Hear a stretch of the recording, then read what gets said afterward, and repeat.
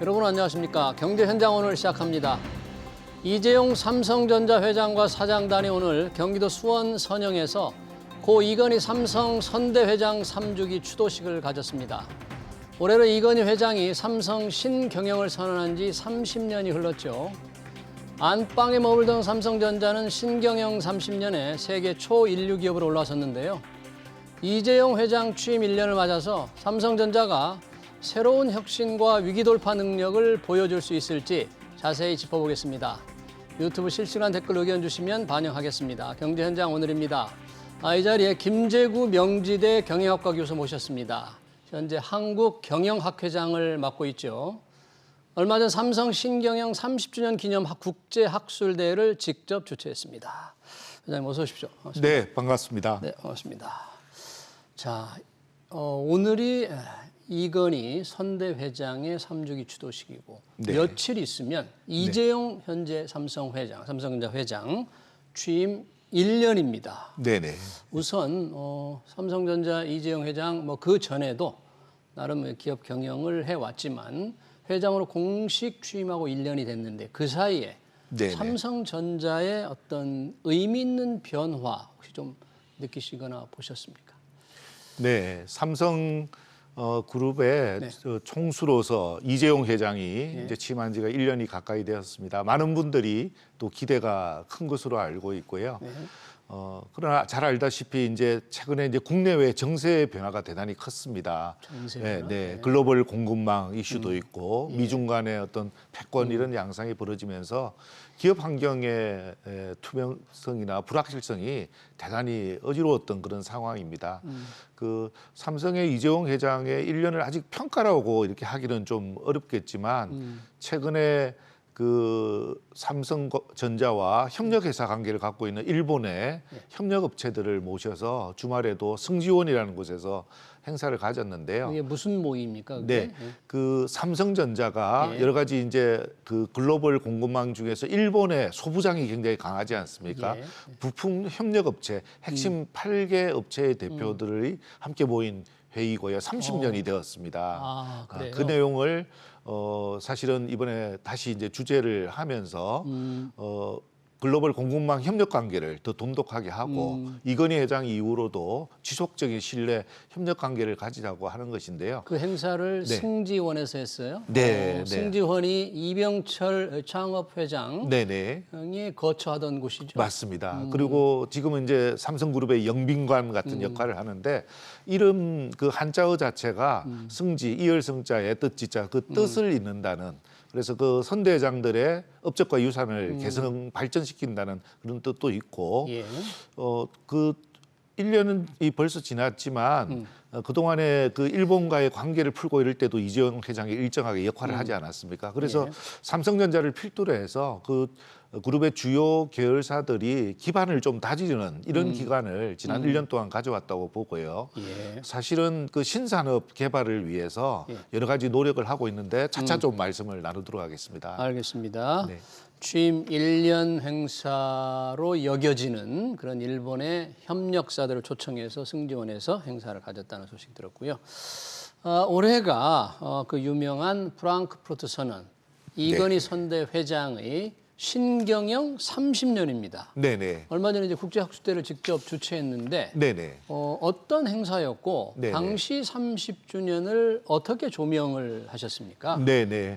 말씀대로 꼭 일주일 전인 18일 날 한국경영학회가 주관을 하고 예. 삼성글로벌 리서치 등의 이제 협력을 좀 받아서 해외 석학들을 모셨습니다. 예. 네, MIT, 콜롬비아 대학 등의 아주 유명한 구루들을 모셨고 이분들과 함께한 내용은 이건희 회장이 사실은 좀 시대를 뛰어넘는 통찰력을 가진 전략가였고 통찰력 있는 전략가였다. 또 사상가였다 이런 것들을 재조명을 했는데 왜냐하면 잘 아시는 것처럼 질 경영을 선언을 했습니다.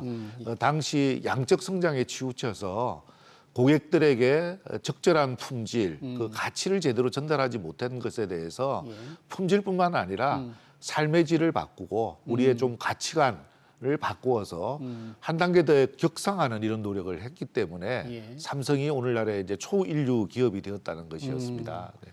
사상가였다. 이건희 회장이 그런 전문가의 평가는 어떤 의미가 있는 겁니까? 사실은 이병철 회장님 때부터 반도체 사업에 대해서 관여를 이렇게 하셨지만 삼성이 신수종 사업이라는 이런 신조어도 만들었는데 이건희 회장은 상당히 이제 깊은 통찰력을 바탕으로 해서 새로운 사업 기회를 발견하기 위해서 늘 노력을 했던 것 같습니다. 네. 그래서 그 기회를 이렇게 감지하고 그것을 포착해서 신속하게 사업으로 이어가는 그 결단력이 상당히 탁월했기 때문에 해외 석학들도 주로 그런 삼성의 동적 역량을 중심으로 해서 많은 강의가 있었고 공감이 있었던 것 같습니다. 이런 30년 삼성 신경영을 본받으려는 네네. 그런 나라에서 전문가들도 좀 왔습니까? 맞습니다. 저 베트남에서도 좀 교수님을 풀브라이트 대학이라는 곳에 교수님을 모셨는데 그분들은 아무래도 이제 기술 입국, 또 인재의 중요성 이런 것들을 강조했던 그 삼성의 흐름을 이제 주목하고 있고요.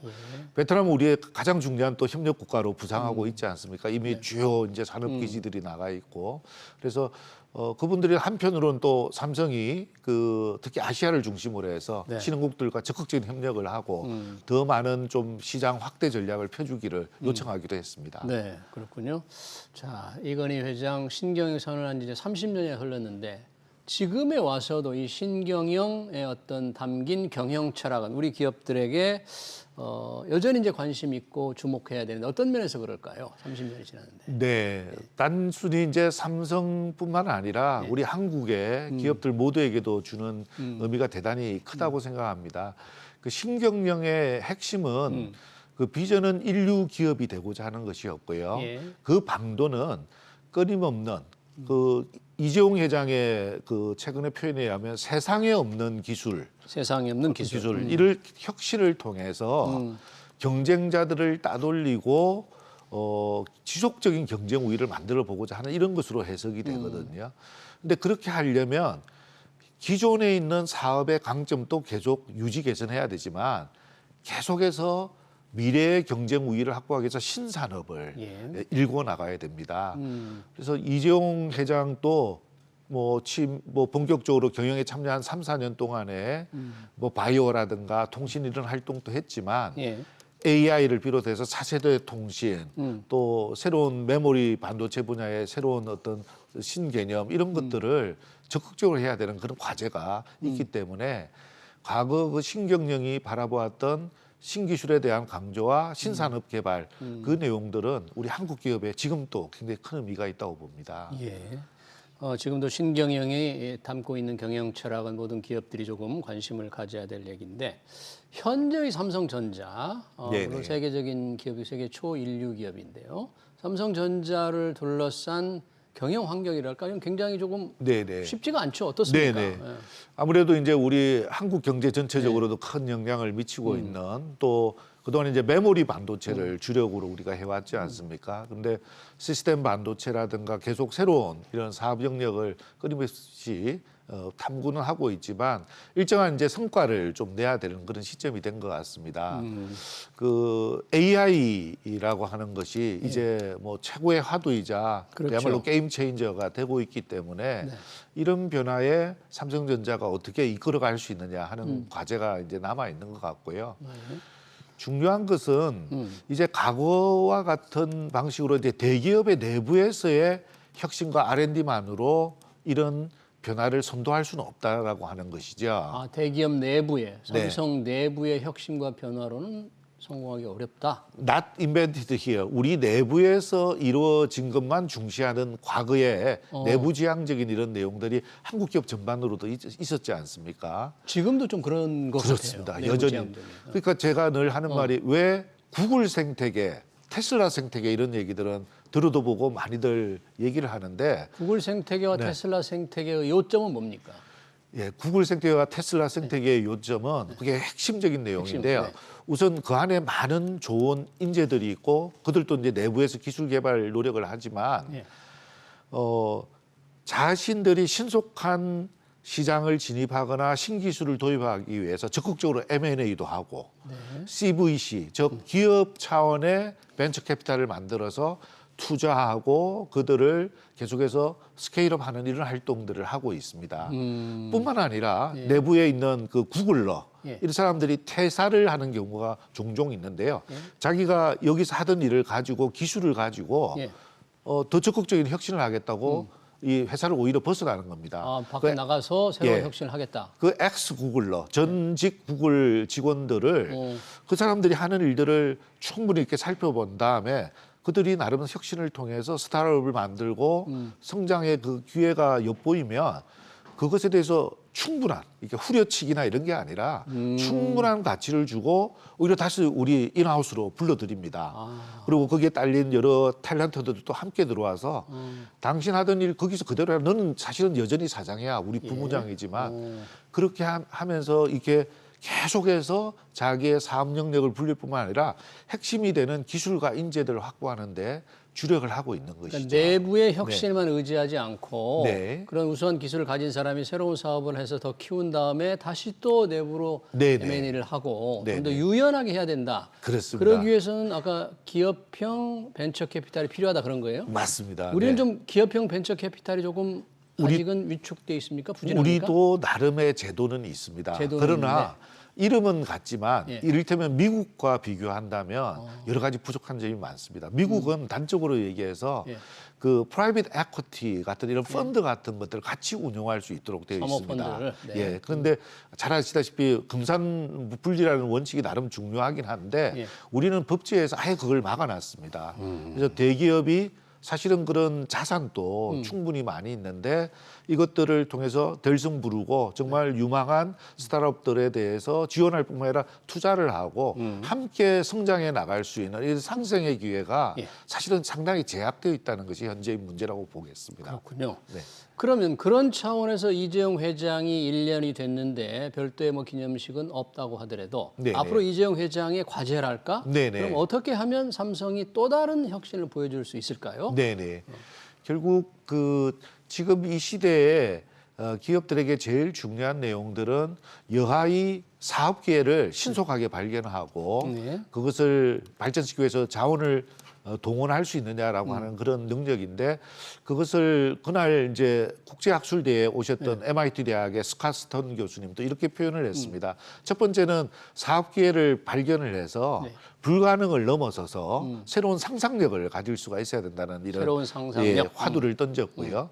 그런 다음에 그것을 위해서 실제로 사업으로 만들어 나갈 수 있도록 해서 그 불가능을 이제 뛰어넘어서 가능으로 불가능을 가능의 영역으로 이렇게 가져올 수 있는 이런 것들이 필요한데 과거에 그래도 이건희 회장 시대에는 여전히 정답이 있는 시대, 예. 선진 기업들이 있는 시대에서 이제는 정답이 없는 세상을 우리가 이끌어 가야 되는 것이 삼성전자 정도의 위상이거든요.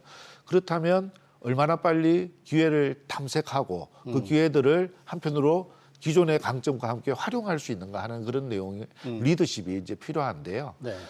그러려면 역시 그 타 경쟁사들을 압도할 수 있는 기술력을 여하에 확보할 수 있을 거냐.